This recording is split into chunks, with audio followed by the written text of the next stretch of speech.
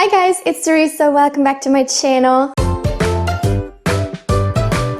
So recently I asked you guys if you'd be interested in seeing a quarterly stats video. I've been keeping track of the stats of the books that I've been reading every single month. And a lot of you said that you did want to see it, so here it is. And I kind of tried to make it a little bit more interesting and not just show you graphs. So I also took some inspiration from Kayla's yearly stat video, which was so cool. I'll link it in the description just in case you haven't seen it yet. I thought it was marvelous, and I wanted to kind of do something similar with like showing you pictures of books. We'll just go into it and you can let me know what you think of it. Please also like and subscribe if you're enjoying my content. And now let's just jump into the stats of January, February, and March 2020. Across the first 3 months of 2020, I ended up reading 32 books, which is good because my Goodreads goal is 100. So I'm already like almost a third of the way there. In January, I read 12 books, which amounted to 4,256 pages. In February, I read 5 books, which amounted to 1,675 pages. And in March, I read 15 books, which amounted to 5,373 pages. In total, that means I read 11,304 pages in 3 months, which seems like an insane amount, and I guess it kind of is, but you know, quarantine is definitely helping me read more. And it means I read about 124 pages on average a day, and books with an average length of 353 pages, which is pretty average. In terms of ratings, I was kind of all across the board. 2 of the books I read, I rated only 1 star. By the way, in these pictures, you will see the books, but a lot of them I actually read on ebook, which we'll get to later, or listen to an audiobook. So I don't obviously have a physical book to show you. I read 7 books that I rated 2 stars, 10 books I rated 3 stars, 9 books I rated 4 stars, and only 2 books that I actually gave a 5-star rating to, which brings us to an average rating of exactly 3.06 stars, which is extremely mediocre, like literally right in the middle. I read books from 8 different genres across those 3 months. The most prevalent genre were thrillers, and I read 9 thrillers in that time. Next, we have romance novels.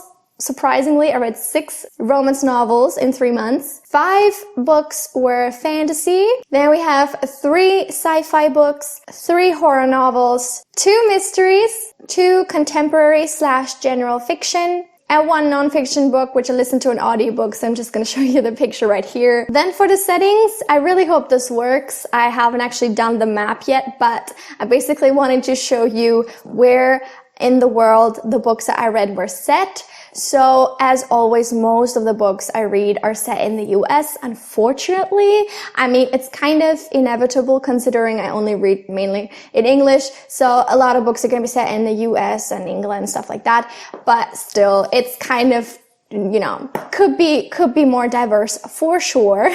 I also have 4 books set in England, which is similarly to be expected. Another 4 are set in a fantasy world, so they probably won't be showing up on the map of our world as it is. And then finally, I have 1 book set each in space, Canada, Nigeria, and Australia. So pretty bland, pretty uniform, and I'm again hoping to color in this map, if you will, a little bit more across the year. I think a lot of the times when we talk about diversity, we talk about very US-centric types of diversity, which is still important, but it's not really like cosmopolitan in a lot of cases. So I'm trying to read more translated books, trying to read more books set around the world, and yeah, it's always a goal of mine to increase that number. So for the first 3 months, it's kind of a meager outcome, but hopefully, as I said, that will change over the next few months. As for release years, I read exclusively books released between 2000 and 2020, so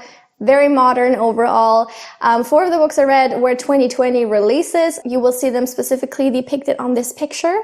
I'm trying to read as many as I can this year, so 4 isn't great, but I'm working on it. 27 of the books I read were released between 2010 and 2019, which is always my most prevalent category, and 1 single book was released between 2000 and 2009. Then next, let's jump to authors.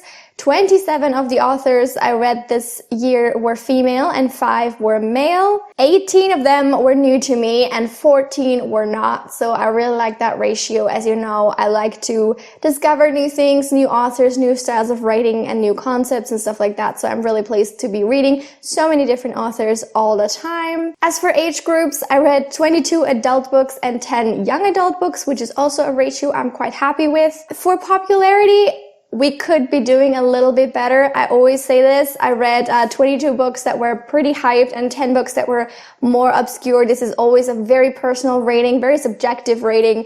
But in any case, I want to be reading more obscure books. It's just like the hype books, obviously, like take up so much of my awareness. I'm much more likely, obviously, to read a book that people are talking about versus one that no one is saying anything about.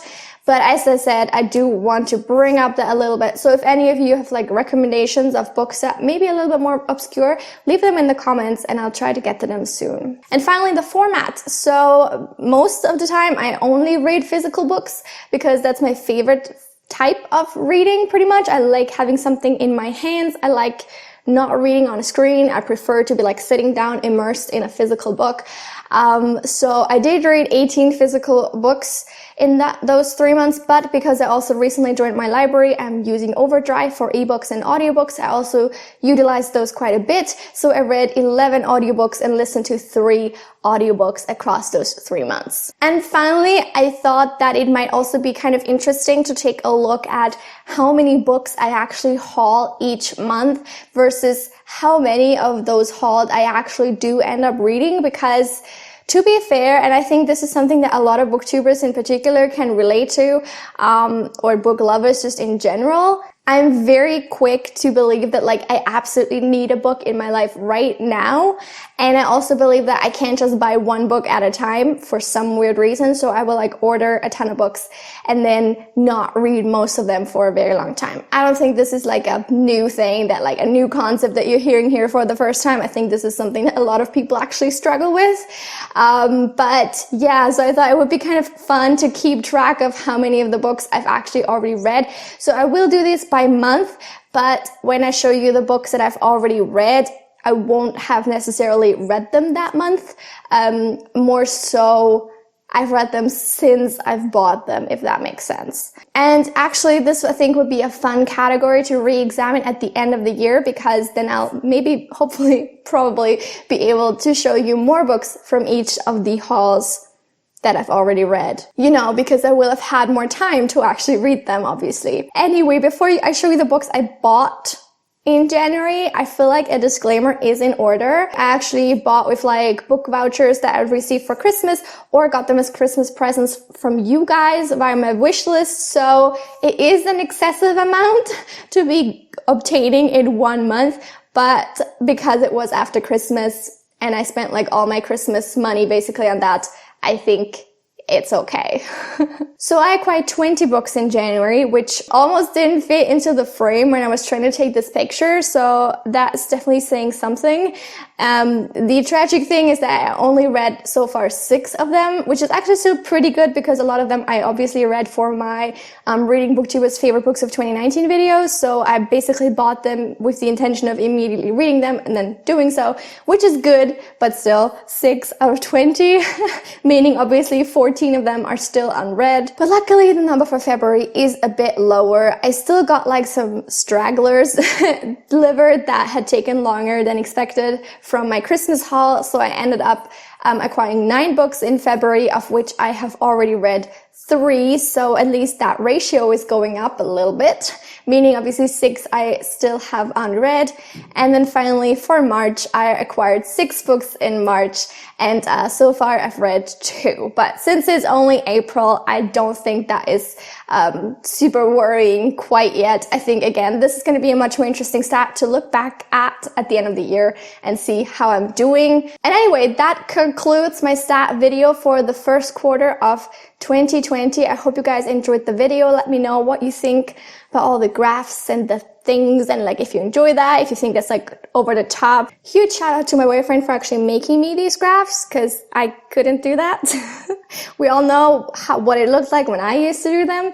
Not very pretty and not very legible, so this is a lot better. Thank you so much, and thanks so much to you guys for watching the video. Please subscribe, like the usual, click on the bell icon to turn on notifications. Only like, I don't even know, 35 people on average watch my videos from bell notifications, which is like nothing. So I'd love it if more of you would turn on the bell so that you know when I upload. And I hope to see you back very soon for another video. Until then, have a lovely week. Bye!